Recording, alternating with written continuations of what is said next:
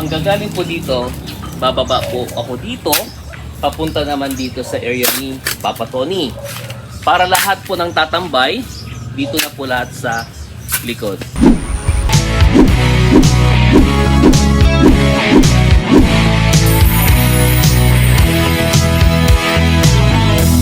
Hello. Samahan niyo po si Garden Buddy dito po sa aking maliit na garden. Ayan. Honestly po no, gusto ko lang pong mabago. So dito, hinuhukayan namin ngayon ni paring Johnny. Ayan po si Johnny. Ito po yung si aking pinsan. Ayan. Kausap yung ano. Hello. Ayan po Tignan nyo po dito. Gusto ko lang pong gawing sarado. Kaya maglalagay na ako ng maliit na mababa na plant box. Mga ganito kataas. Then after, tatamnan ko na lang ng halaman na maki. Ganung approach lang. Ang magiging ano po dito, design, yung pong plant box dito, pakita mo na kung no, itutumbok ko na lang dito.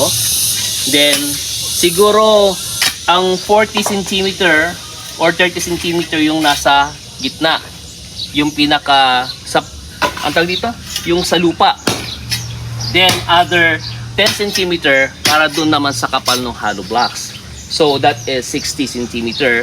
Kasama yung outside to outside. 20 cm yung pinaka sum or ng hollow blocks na dalawa. Tapos 40, yun naman yung pinaka difference ng dalawang hollow blocks at saka yung pinaka lupa. Okay? So, dito,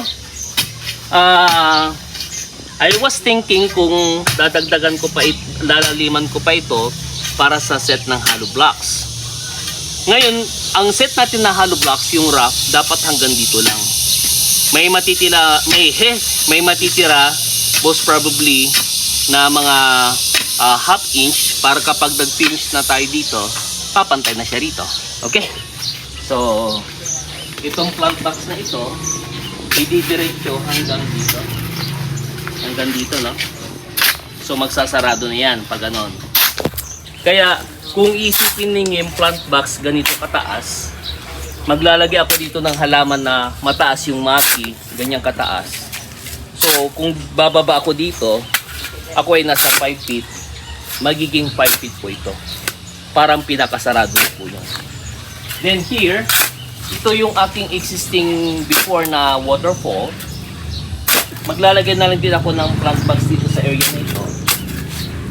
Babaguhin ko na rin po yung bintana, di po ba?